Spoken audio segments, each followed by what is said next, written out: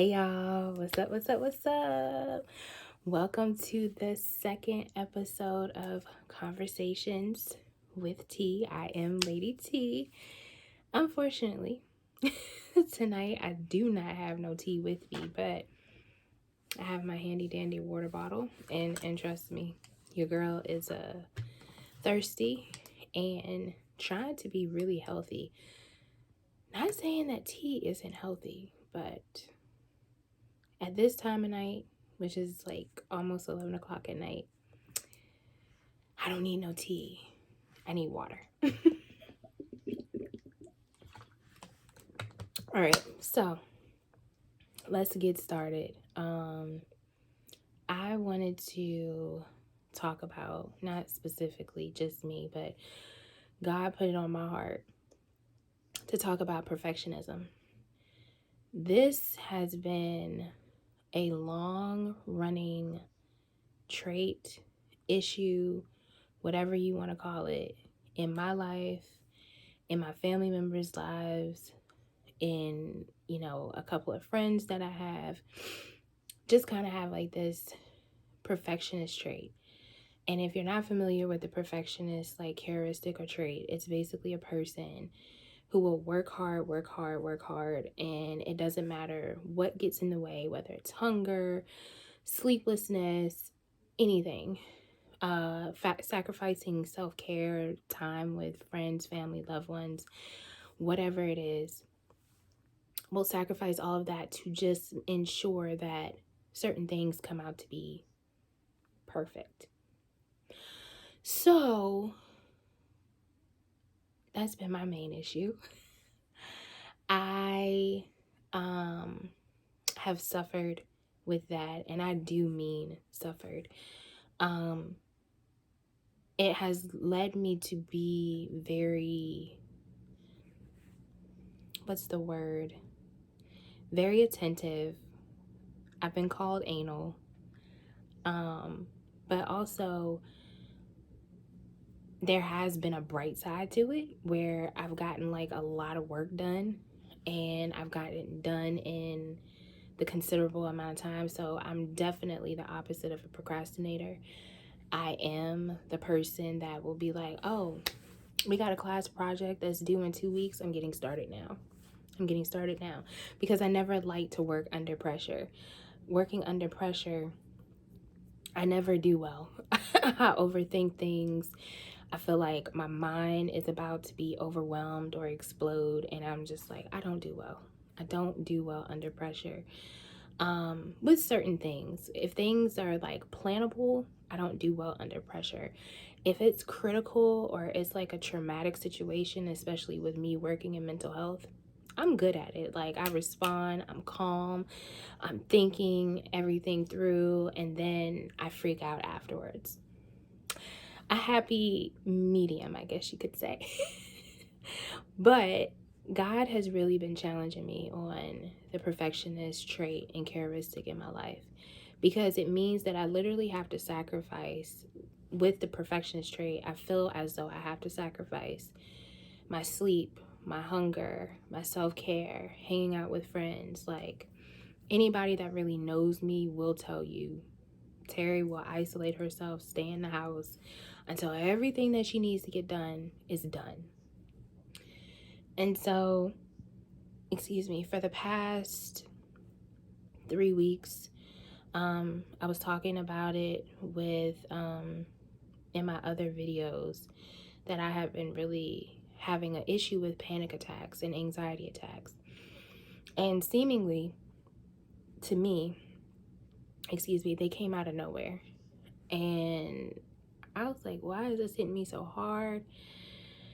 And there was a time about a few months ago where I was considering taking like a leave of absence from school, because with work, with school, trying to eat healthy, trying to do all these things, right? It was overwhelming just to do normal everyday life things like exercise, eat healthy, meal prep, just to be able to take care of myself. It was, in addition to working and going to school, it was just too much. And I felt like in my perfectionist traits and characteristics, I couldn't fulfill the high standards that I was setting for myself. And so all of that overwhelmingness ended up in me having panic attacks and experiencing panic attacks. And when I tell you panic attacks, I'm like trembling, I was in fear, I was crying. It just, I wasn't in a good place. I wasn't good. I was not in a good place. And it was all because I neglected to take care of myself. I truly neglected to take care of the temple that God has given me. So it really started to make me question, what am I doing? And how destructive is perfectionism?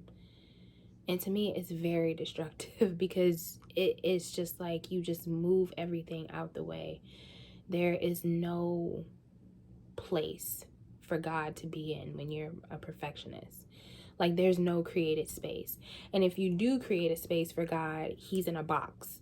Just like everything else is like in a nice square box, so is God. And I realized that's what I was doing with God, is that I was putting him in a box. I was like, okay, I know what God is doing here, and I know what God is doing here, and what God is doing here, he's so predictable. I started to say that to myself, that God was so predictable. And I knew in my spirit that I was wrong, but to me it felt comfortable because it fit into my box of being a perfectionist. And if anybody is out there that is perfectionist, they completely and totally understand what I mean.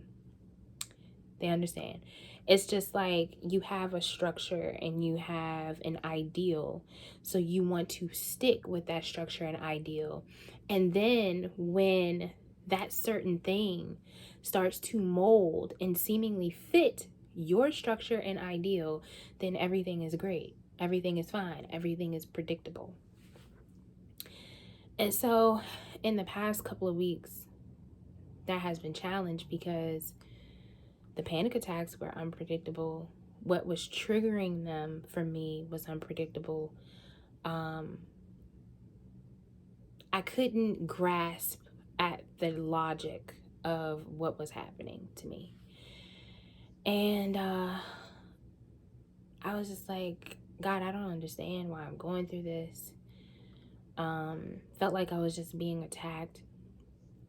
In a sense, which I believe that I was, but partially what was really attacking me is what I was holding on to as being a perfectionist, trying to do everything and control everything outside of God.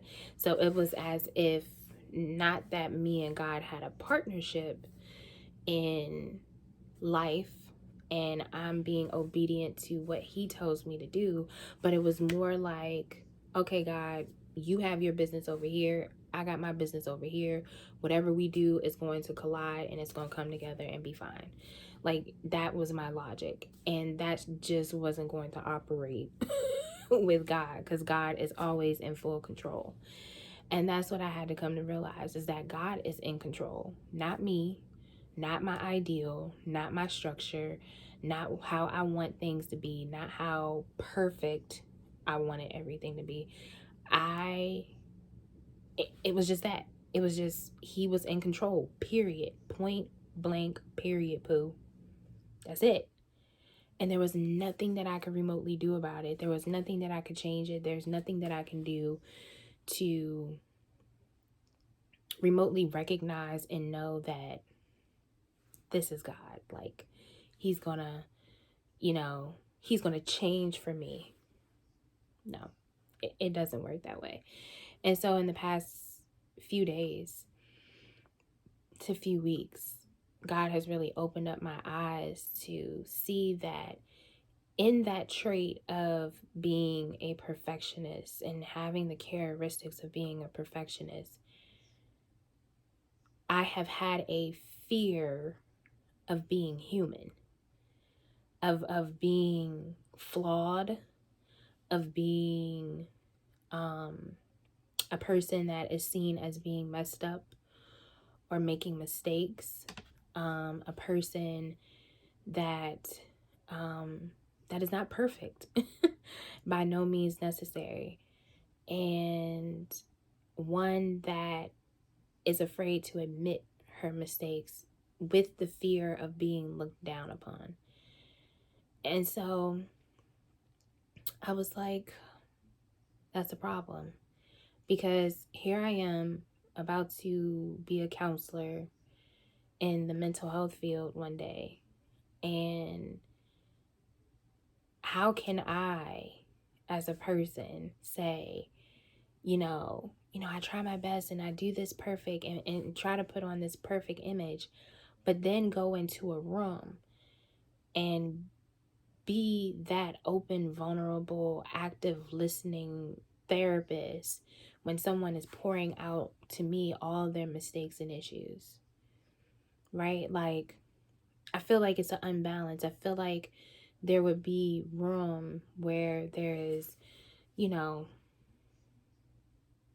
judgment passed. Because I don't know if y'all know any perfectionists, but in my perfectionist mind, what was is that, and it's changing now because God is correcting me, but what was and what still sometimes happen is like, well, isn't it logical? That's what I think. Isn't it logical? Isn't that common sense? Like, duh, like you should know that. And the fact is, a lot of people don't know it. Somebody said to me, common sense is not that common. And it's true. How we grew up may not be the same way that somebody else grew up. We may have had similar interactions, similar cultures, similar backgrounds, but it's not the exact same way.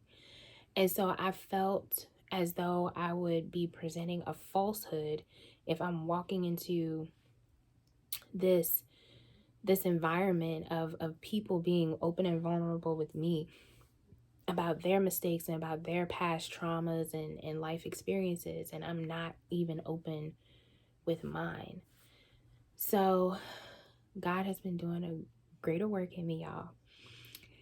And he has been helping me to accept that I am who I am, and that I am bound to make mistakes, and to accept them, and to accept that I am in this flesh, and that yes, I am working towards a perfect righteousness like we all are, but also at the same time to be forgiving of myself. I gotta be forgiving, and to be accepting of myself. And so one day I was at work and I was thinking about this and thinking about how God brought the topic to me, and I was like, God, what am I supposed to say about this? What am I supposed to say? And then he gave me words to say. He had me write a whole thing on my notes in my phone, and I'm gonna read it to you. It's really good.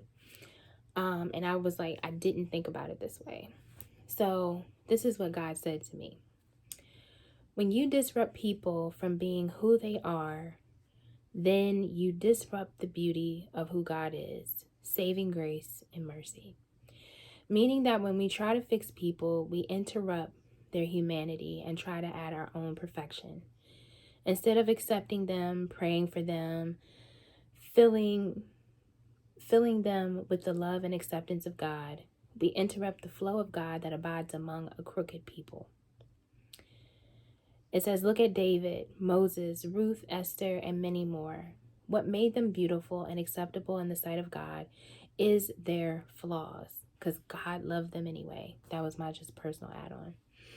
A God whose love has no bounds can love such an imperfect being in their natural state. Who are we to have opinions of others and how they act? If it does not apply to righteous judgment, we have failed in loving our brothers and sisters in Christ. It is okay for us to just be. It is okay to let ourselves and others just be. Working towards righteous perfection is hard work, but God is patient. Why aren't we?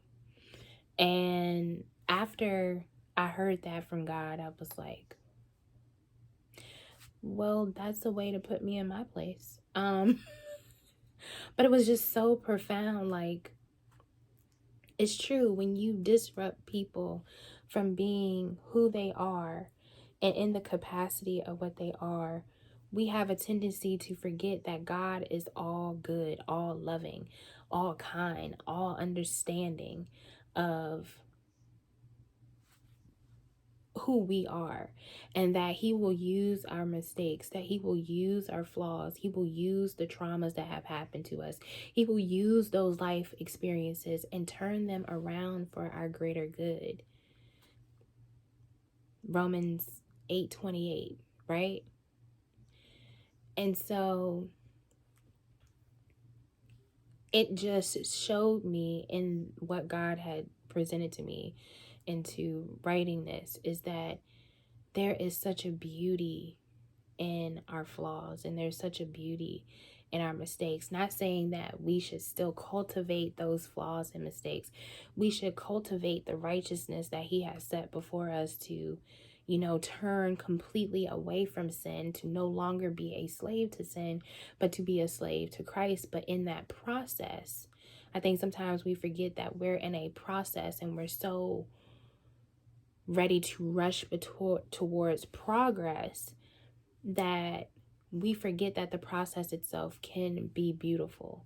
That if we just take the moment by moment and to really appreciate what God has given us, then, what does it matter that I made a mistake, as long as I am moving away from it?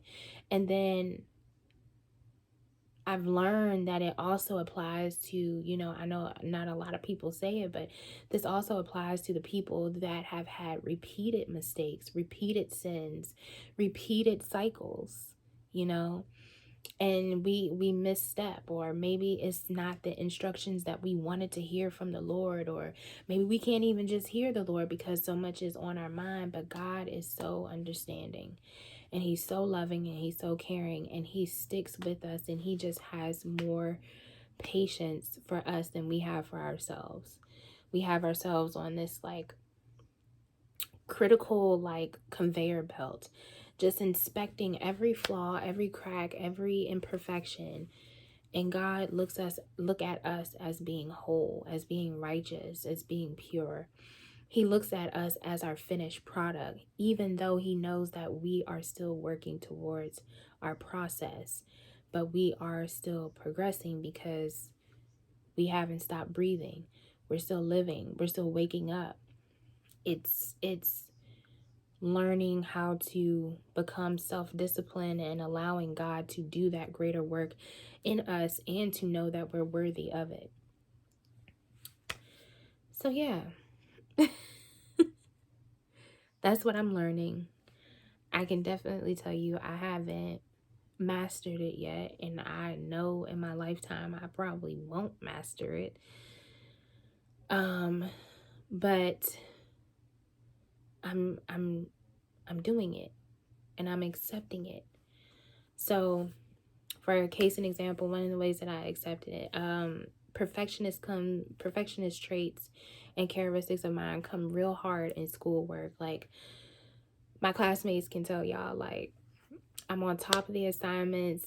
People text me, be like, hey, is this what's due? Or, da da da da da. And, that's because I have it in mind. I'm keeping it constantly in mind. And God is just like, I don't want you to do it that way. Today is, tomorrow is not promised. And our life is like a vapor, just poof, gone. Here and then gone. So it's not healthy for me to keep this constantly on my mind. But anyway, I was that person, and still working not to be that person, still be responsible, but not to be that person where it's on my mind all the time, right? And I know that it was a case study. It was a case study that I had to do for my psychopathology class. And I remembered, because I was reading for my other class, that I put a citation. We're doing APA, right?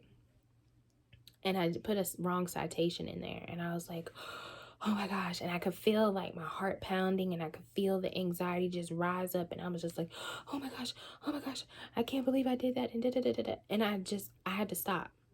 I had to stop, because the perfectionism was running.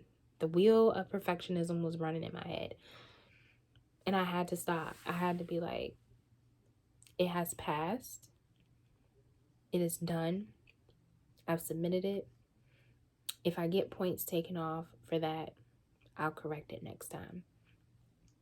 And then, literally this week, I checked my grades, and I got like 3 points taken off, but it wasn't for that. And I was like, it wasn't for the thing that I was initially freaking out about. It was just a minor mistake that I had misread in the instructions. But your girl still came out with a 97 out of 100. So in this journey, it's really helping me to realize and to learn that God is in control. That whatever God has called you into doing, if you're a perfectionist or a recovering perfectionist like myself, what God is calling you into doing is set up for you to succeed. There may be some hills, plenty of hills, and then plenty of valleys. But God has set it up in a way that you are going to succeed. If somebody would have told me like 2-3 years ago, or even when I graduated undergrad in 2018, that I would be in my master's program with a 4.0 consistently for 5 semesters while working full time and doing ministry, I would have been like, you tripping. That's a dream. Is that a prophecy? Like, I wouldn't have believed it. But here I am, doing all of these things, maintaining all of these things, and still have room to take care of myself and do self-care and appreciate myself and spend time with the Lord. It amazes me. And in this journey, it has really helped me to it's really helped me to appreciate more of who God is, and help me to really be thankful of how he has set me up. That doesn't mean that I don't try. That doesn't mean that I don't put any effort in. I just do the best that I remotely can. And not only that, but first and foremost, I involve God in my homework. Every time I go to like a discussion post, or even when I'm at work, I involve God. I'm like, God, what am I supposed to do? Lead me on, how to do my job well. Lead me on how to do my schoolwork well.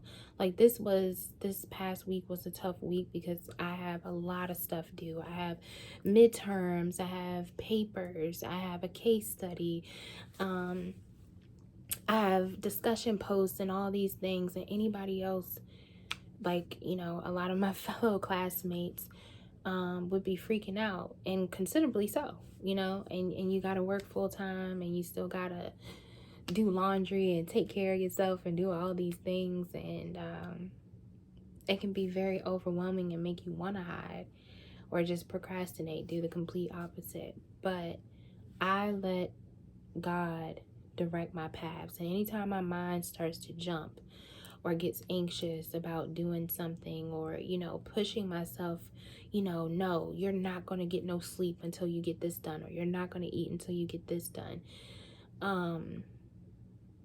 I'm like, no, that's not rewarding. That's more of a punishment, It's like bad, like, it's more of a punishment. And that's just not the way God wants it to be. He wants what we do to be rewarding. Is it hard work? Absolutely, but it can be rewarding as well. So I'm learning all of these things, and I hope and pray that, this conversation that we have had together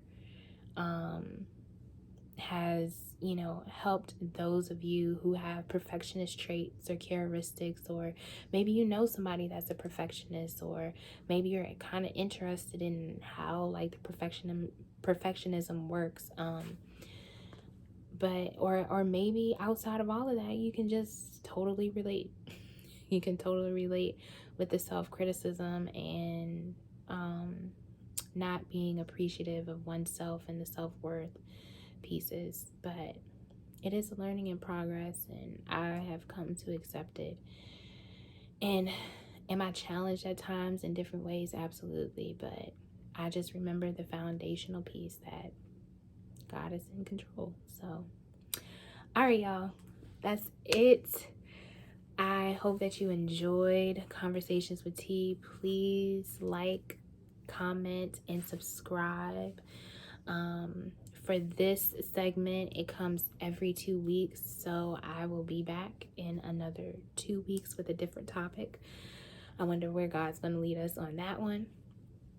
But I would like to know, are you guys suffering with perfectionism? How has God led you out? Like, let's share some of the things that God has given us, the divine strategies that God has given us to get out of these things. Like, we need help, y'all. We need to help each other. Absolutely. And be praying for one another. So I'll be praying for you guys, and I hope that you'll be praying for me. And I will see you in 2 weeks. Bye.